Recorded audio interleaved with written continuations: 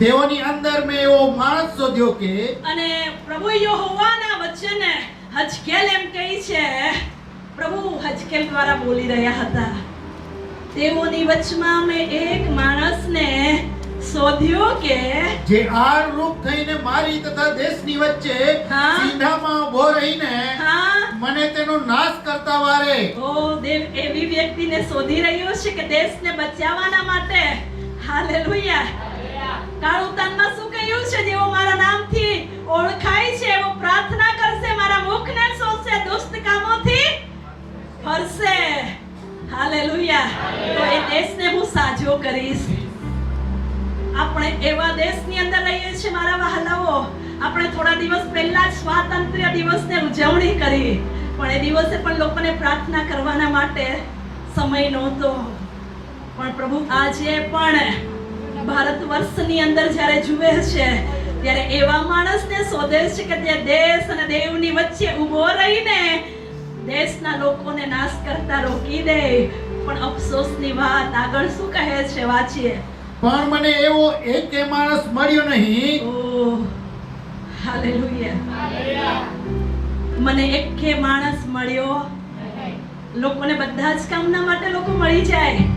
જો અત્યારે ચોમાસાની ઋતુમાં તમે એમ કહેશો કે ડોક્ટર સાહેબ મને જરાક જોવા માટે આવો ને, તો ડોક્ટર આવી જશે. જો તમે કદાચ તમારું છાપરું ગળતું હોય તો તમે કદાચ કડિયા, સુથાર, મિસ્ત્રીઓને બોલાવશો, જરાક મદદ માટે આવી જાવ ને, આ સુધારી દો, તો એવા લોકો અવેલેબલ થઈ જશે. હાલેલુયા. પણ આજે દેવના લોકોને બચાવવાના માટે પણ પ્રભુ એમ કહે છે, મને અફસોસની સાથે વાક્ય કહેવું પડે છે કે મને એક કે માણસ મળ્યો. પણ આજની સવારે શું તમે મારી સાથે કહેવા માંગો છો?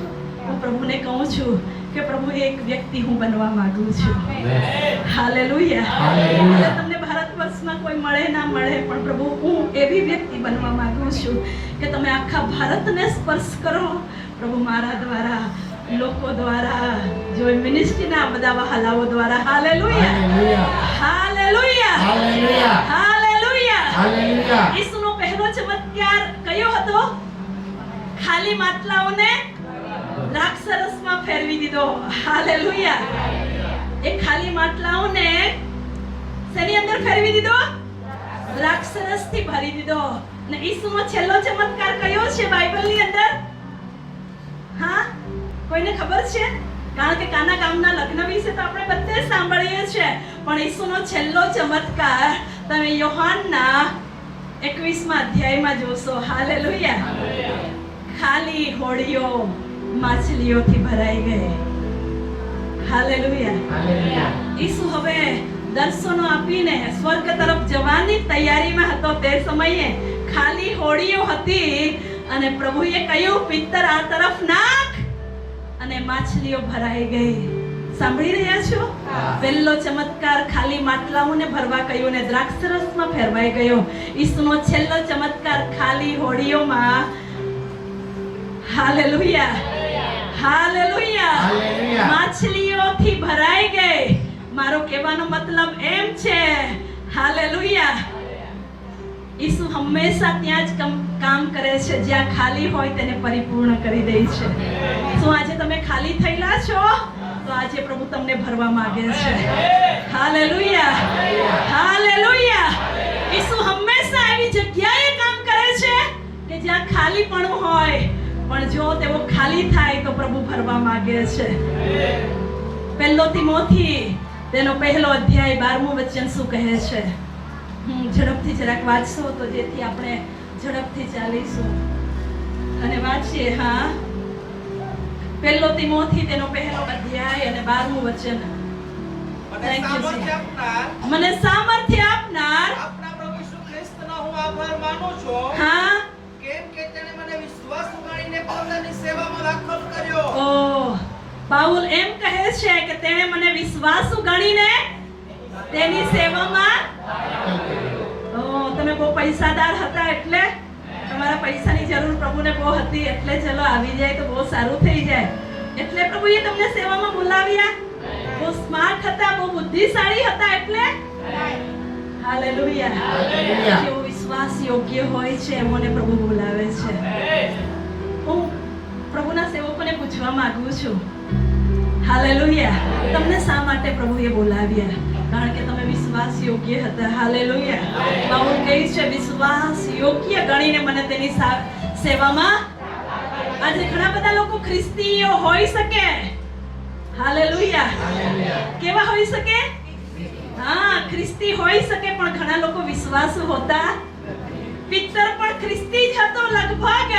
ઘણા ચમત્કારો જોયા, ઘણું બધું પ્રભુ પાસે સાંભળ્યું, તો પણ અંતે પ્રભુને શું કરે છે?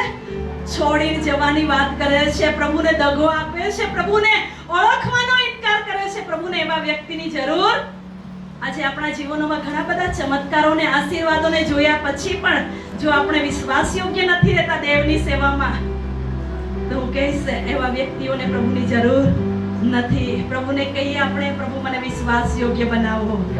હાલેલુયા. ઘણા લોકો આજે સેવાઓમાંથી પીછેહટ કરી ગયા છે આ કારણના લીધે કે જેઓ વિશ્વાસ યોગ્ય રહ્યા. વિશ્વાસ યોગ્ય સૌથી ઈશ્વરને પસંદ કરતું એક ગુણ છે. હાલેલુયા.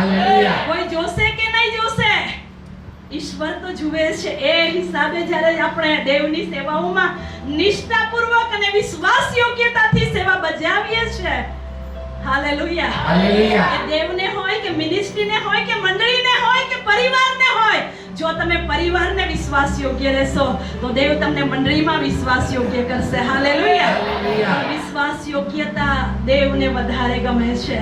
પણ પિત્તર વિશે શું? પહેલી વ્યક્તિ હું તમને કહેવા માંગુ છું, દેવ કેવી વ્યક્તિને શોધી રહ્યા છે ઝડપથી હું તમને જણાવીને મુખ્ય સંદેશા પર હું જવા માંગુ છું.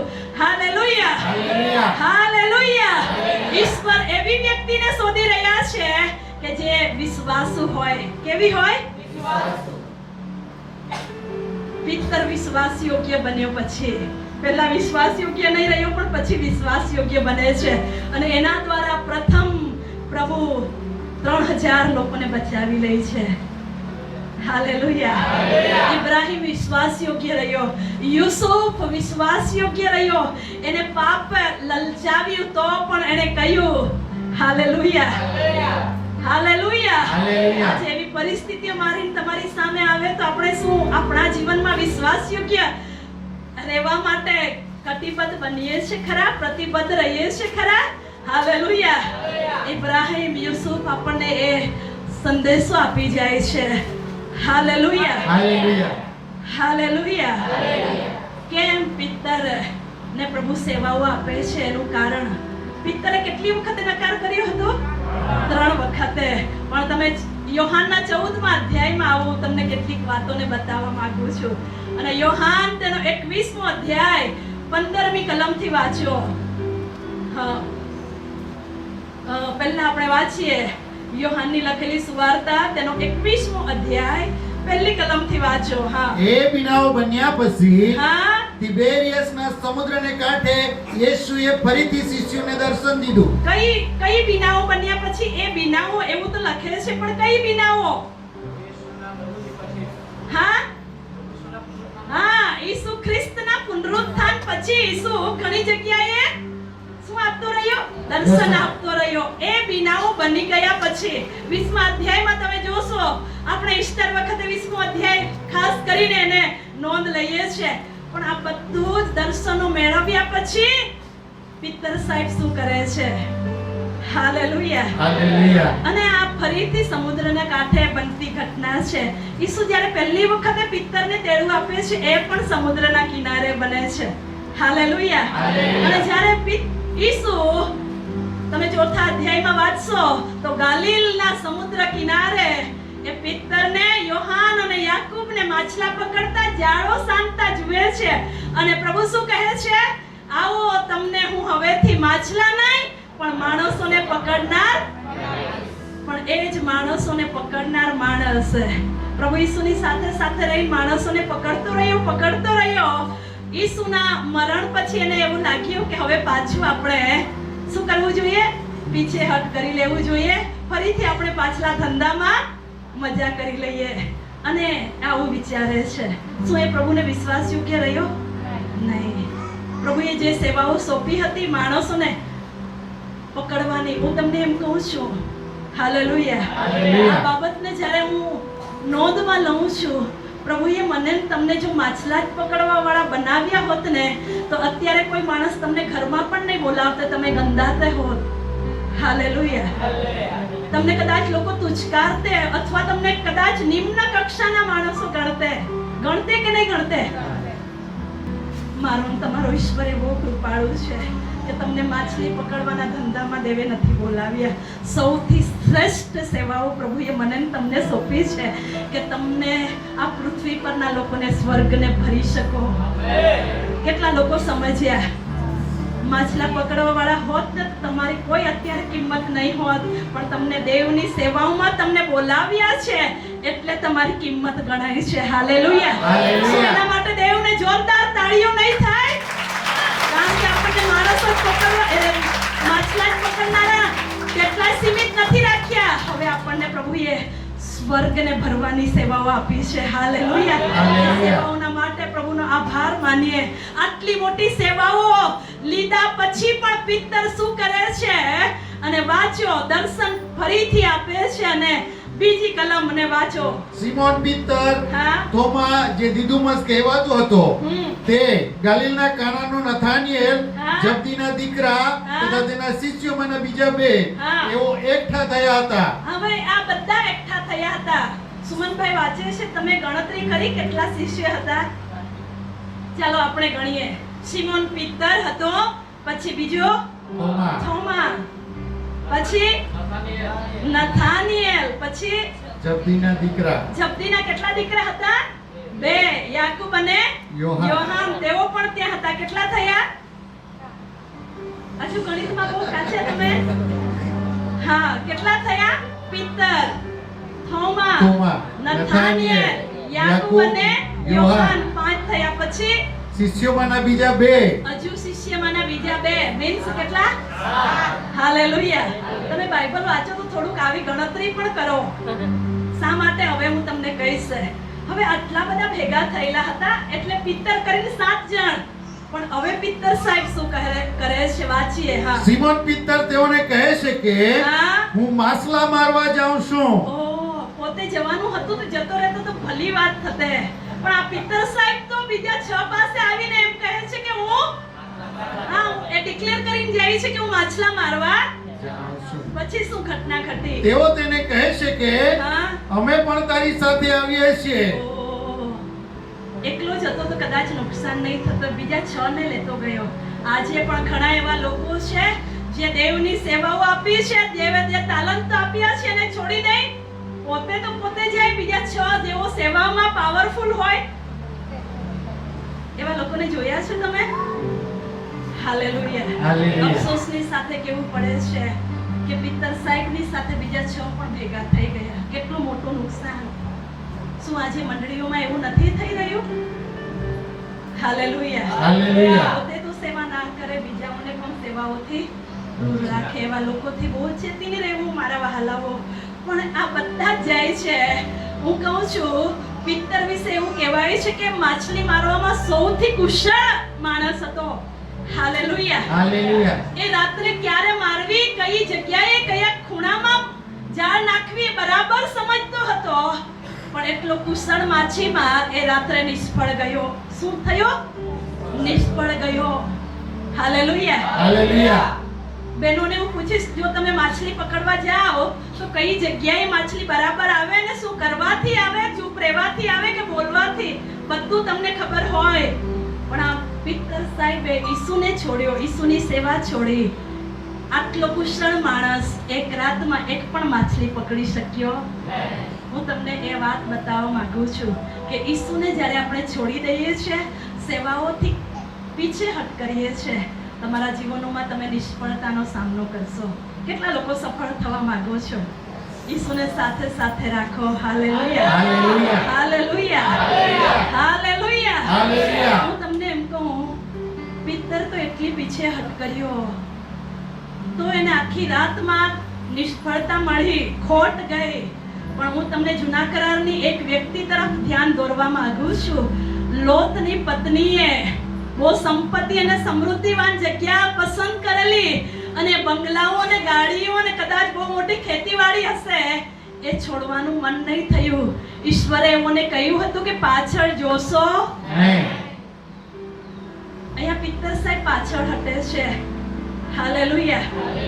યોહાનના દીકરા સિમોન, હા શું તું મારા ઉપર એઓના કરતા વધારે પ્રેમ રાખે છે? હા તે તેને કહે છે કે હા. હા પ્રભુ, તું જાણે છે કે હા. હું તારા પર હેત રાખું છું. હા. તે તેને કહે છે કે તું મારા હલવાનોને પાર. હા તે ફરીથી બીજી વાર તેને પૂછે છે કે હા યોહાનના દીકરા સિમોન, શું તું મારા પર પ્રેમ રાખે છે? હા તે તેને કહે છે કે હા. પ્રભુ, તું જાણે છે કે હું તારા પર હેત રાખું છું. હા તે તેને કહે છે કે મારા ઘેટાને સાચવ. હા તે ત્રીજી વાર તેને કહે છે કે હા યોહાનના દીકરા સિમોન, શું તું મારા પર હેત રાખે છે? પિત્તર હાલેલુયા. દિલગીર થયો. હાલેલુયા. વારંવાર ઈસુને પૂછવું પડ્યું. કેટલી વખત નકાર કરેલો? 3 વખતે. ફરીથી એ પસ્તાવાની સાથે 3 વખતે સ્વીકાર કરે. એટલા માટે ઈસુ એને 3 વખતે પૂછે છે. આપણે તો કેટલી વખતે ઈસુને નકાર કરીએ છીએ, તો આપણી પાસે ઈસુ આવે તો આપણી પાસે ઈસુએ કેટલી વખતે પૂછવું જોઈએ. હાલેલુયા. આપણે તો કેટલી વખત દેવની સેવાઓથી મોડું ફંટાઈને કંઈ આપણા કામો કરતા જઈએ છે. તો ઈસુએ આપણી પાસે આવીને કેટલી વખત પિત્તરની જેમ 3 જ વખતે, હું કહું છું કેટલા હજારો વખત તમને ને મને ઈસુ પૂછી શકે છે, કારણ કે આપણે ઘણી વખતે ઈસુને નકાર કર્યો છે. હાલેલુયા. પણ ઈસુ આવા અવિશ્વાસુ જેવા પિત્તરને સૌથી મોટી સેવાઓમાં એને સેવાઓ સોંપે છે. હાલેલુયા. હાલેલુયા. આજે જો મંડળીઓની અંદર ભોજન નથી, ભોજનની કમી છે, તો એ છે દેવનું વચન, ઈસુનું શિક્ષણ. હાલેલુયા. પણ આજે હું તમને કહેવા માટે આવી છું કે તમે તમારી મંડળીઓમાં દેવના વચનને તમે આપો. ઈસુએ એમ કહ્યું, મારા ઘેટાને સાચવ, મારા ઘેટાને પાળ. હાલેલુયા. એનો મતલબ શું? ઈસુએ એને પૂછ્યું હશે. હાલેલુયા. ત્યારે પિત્તર સાહેબે કદાચ સાંસારિક રીતે ઈસુને કહી નાખ્યું હશે, ઓ ઈસુ, તારા ઘેટાને સાચવું એમ કહી છે, તો શું હું લીલા બીડમાં એને લઈ જાઉં? હાલેલુયા. શું આ 153 માછલીઓ પકડી છે એ હું ઘેટાને ખવડાવી દઉં? ત્યારે પ્રભુએ એને કહ્યું હશે, ના ના પિત્તર, લીલા ઘાસ પાસે નહીં, 153 માછલીઓ તું વિશ્વાસીઓને નહીં ખવડાવ. હાલેલુયા. આજે વરસાદની સીઝન છે, જેમને માછલી પકડતા આવડે તો એ લોકો વધારે પકડે તો બાળકના ઘરમાં આપે. હાલેલુયા. પણ પિત્તર સાહેબને પ્રભુએ એમ કહ્યું, ના પિત્તર, હું તારી સાથે રહ્યો અને જે કંઈ તને વચન આપ્યું છે તે તું ઘેટાઓને આપ. હાલેલુયા. હાલેલુયા. આજે મંડળીઓની અંદર માછલીઓ ખવડાવવામાં આવે છે, લીલા લીલા ઘાસ બતાવવામાં આવે છે, પણ ઈસુનું શિક્ષણ આપવામાં આવતું. ઈસુ આજે તેને લોકોને એમ કહે છે, જો મારા ઘેટાઓ તૃપ્ત થશે તો એ લીલા લીલા ઘાસને જોઈને નહીં, એમ 153 માછલીઓને જોઈને નહીં, પણ ઈસુના ઠોસ વચનને જોઈને એવો તૃપ્ત થવાના છે. હાલેલુયા. હાલેલુયા. એટલા માટે હું તમને કહું છું કે આપણે ઘેટા તરીકે શું ખાઈ રહ્યા છે આજે? હાલેલુયા.